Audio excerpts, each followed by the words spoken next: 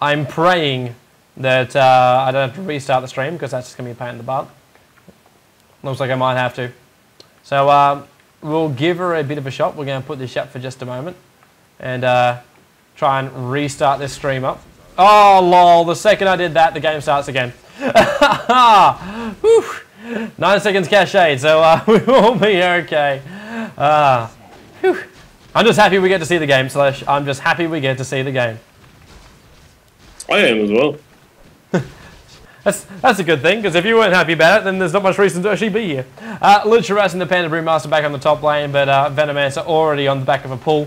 And, wow, this is just going to be too easy if Pugner decides to harass this one.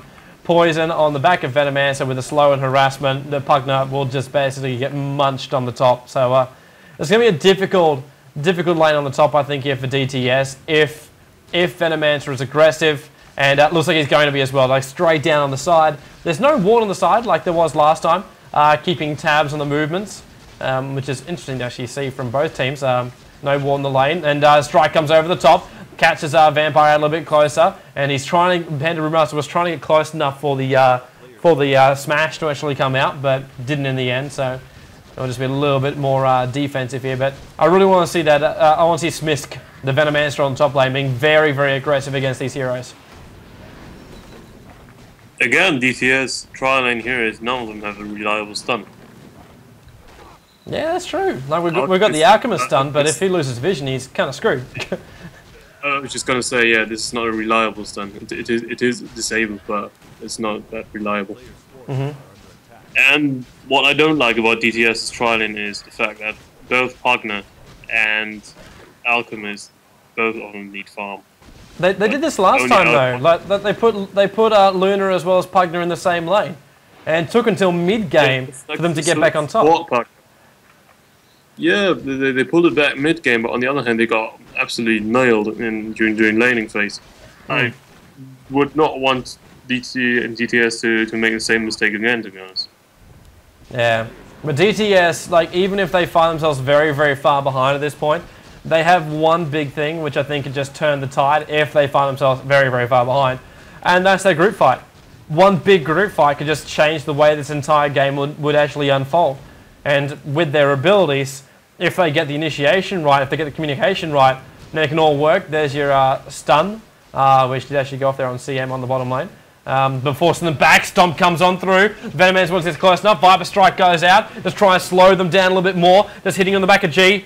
G should die on this front side, and he will take a lot of damage. In fact, will actually goes down. The Criminal Fire goes out on top of him, stopping Panda from actually attacking him, but Double Stomp comes right out. It does cost him his life. Vampire picks that one up, but it will cost him his life to actually do so. Venomancer has got more than enough DPS in the back to finish him off. Comes in range to the tower. Will the tower actually kill him? No. Alchemist wants to get in close enough to get the stun off. Will not get there. Healing Sub does pop off, and that is 3-1.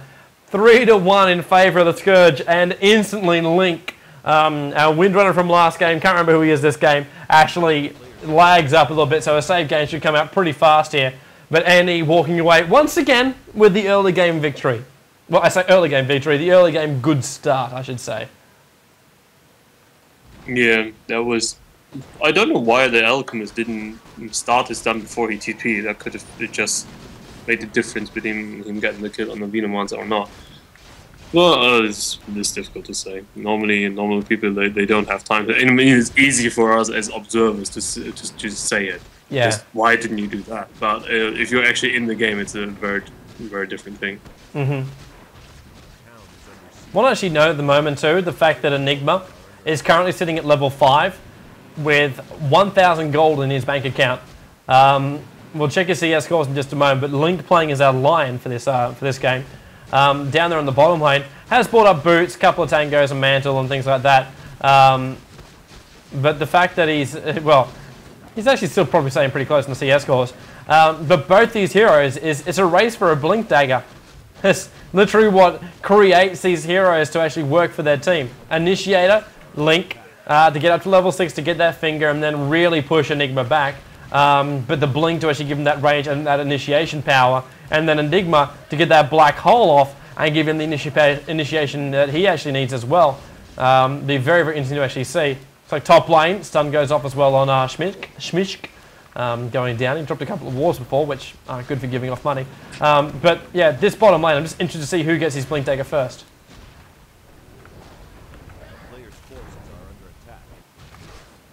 Laning phase line against Enigma. Before both of them hit 6, Enigma has the upper hand, but now the line is 6, so Imperial Finger will instantly kill that Enigma. He's got to be careful. Let's see, he's still got his Idol to count on. But currently, one Impale Finger would kill the Enigma, and you do see Line being like having a more aggressive position this time around. Yeah, even now just using that Impale off for a second, and instantly the Enigma tries to make the most of that small little gap which has been opened up, which I think is what, a 10-second cooldown on the Impale? 10, 12-second cooldown I think on level 1? Roundabout, I'm not sure. Oh, top! Vampire!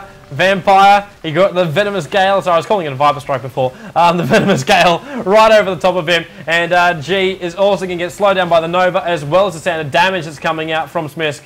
And the Pugna Blast is enough to slightly deter them from pressuring this off any further. But Lich having to pop off a healing slab to keep himself in that fight on that top lane. It's like Enigma just, for the moment, just like, you know, screw that lane. Oh, hang on. Soul Ring and Stout Shield. Gonna even just not even care about the Blink Dagger initiation for his team straight off the cuff. In the end, will actually go for the Soul Ring and keep his mana up as high as he possibly can. Yeah, spam was Eidolons at last set of these. That's what he basically does. The big advantage the Enigma currently has on lane is he can pull. He can just head into the jungle if the lane pushes too far and it is too dangerous for him. Yeah. Having a Stout early on, not sure, because it obviously is not that strong on the range here. But on the other hand, this Enigma, I bet, is going to go for Vanguard. Interesting I'd eventually go. Well, obviously, if Panda Brewmaster gets on top of him, then Vanguard is definitely going to help his case. And, well, with the way he's farming at the moment too, he's got to tank up the creep wave. That's fair enough. But, yeah, Vanguard for the Enigma.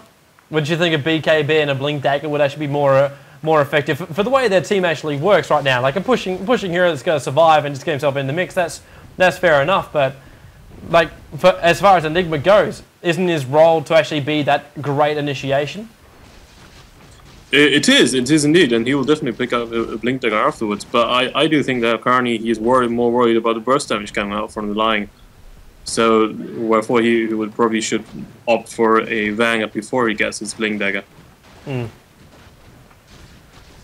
Like top lane, just say an early Blink Dagger on Enigma is not as powerful as it is like an early Blink Dagger on the line. Since Enigma, your ulti is on the strongest when many enemies are there. While on the other hand, Lion is just he's a solo ganker. He can kill people on his own.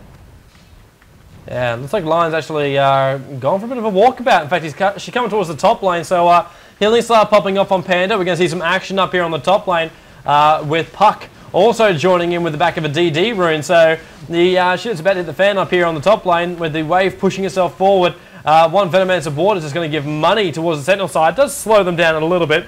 Second one too, so even more money for the Sentinel side. Coming through, Panda wants to actually have a bit of a crack here. Toxic Spray does go off, so negative armor as well as that little bit of damage which is coming out. It's not going to help that creep wave at 1 iota. And looks like mid actually now getting pushed out by SF, making the most of this small little gap. Illusionary Orb over the top, not wanting to jump on the back of it too. So Puck is level 8, so be careful for that ultimate. Once it goes off, holding them in place, then they can make the most of it. Tier 1 tower I think he could have gone in.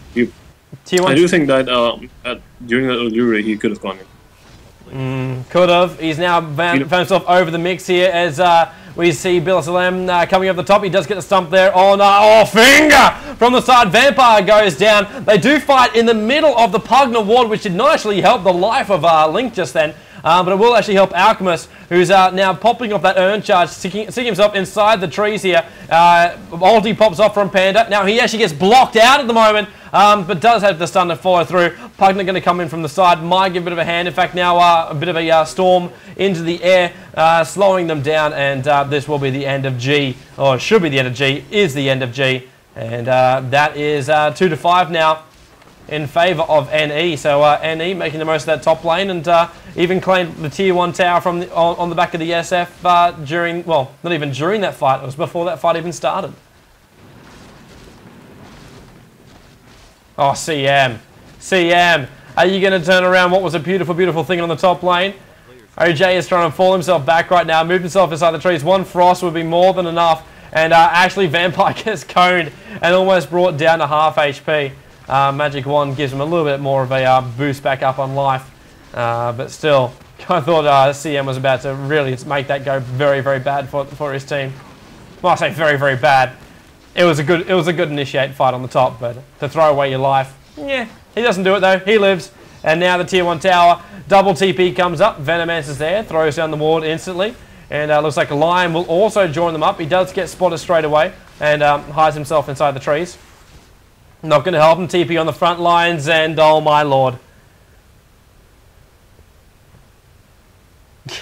Slesh. Slesh. I don't like it. This is why I like to be in the game. Yeah. So, TP coming on the front lines. It's our boy in silver. So it's Link. Not sure, but I do know that SF just picked up his dagger. Oh. How far away is SF? So that's gonna be SF's on the bottom lane though. He just bought it. He just bought his dagger in the sideshow on the bottom lane. If he also TPs as well, that's gonna be interesting. That it could be. Let's hope as I'm looking around. Light's not actually too far off as well, so if this does go off on the top lane, they will still have full hero support. Enigma is going to be nowhere near it. He's up to 1800, so he's actually almost got his Blink Dagger back up again, as well as his Soul Ring on top of it. So, yeah, we'll give it a bit of time here, but yeah, it's like frickin' sitting on the edge of an erupting volcano. It's like this tier 1 tower, everything has just been happening around this one area for basically the entire game so far. There's been a couple of moves on the bottom lane, but it's just been farm on the bottom, farm on the mid, bit of rotate out. But every single gank and every single kill has come from this top lane. And in we go. Resume. Panda Brewmaster is the one that TP'd in. He copped the Alchemist stun straight off here. Lion goes for the Impale stun as we're just blasting ourselves through. Puck goes over the top. Wants to bring down Link on the backside, but he's losing his teammates on the front side to Panda Brewmaster, who now claims a double. Puck trying to fall himself back here. Panda Brewmaster's on the front lines, and we do see the TP from SF. He has been attacked. Now he has to blink. Gets himself in the front. Ulti goes off. Cops on the front, and one Razor is enough. Calc gets the last hit there on G, and that is 3 heroes down for the Sentinel side. Light escapes untouched. In fact, all Scourge heroes, none of them got touched, and that was a good battle that came out in the end from NE. That was a very good battle, as I said. Dagger as very dangerous. That was basically a small team wipe. I think a lot of people right now who actually betted on DTS to actually take this. Obviously, you need to win this 2-0. It's only a best of 2, so if you go 1-1, the go-to bet actually just disappears. Yeah, and you get refunded your tangos, but it was 92 to 8% right now. And all those guys who betted on NE, it's like, oh crap, we lost the first game, but this game can come back. I might even save my little towers. Lynch! Vampire walks right into it! Okay, fair enough. Sure, he's next to his tier 1 tower, but there's 3 very, very powerful heroes right on top of you. Pugna was coming up as well. I'm wondering if that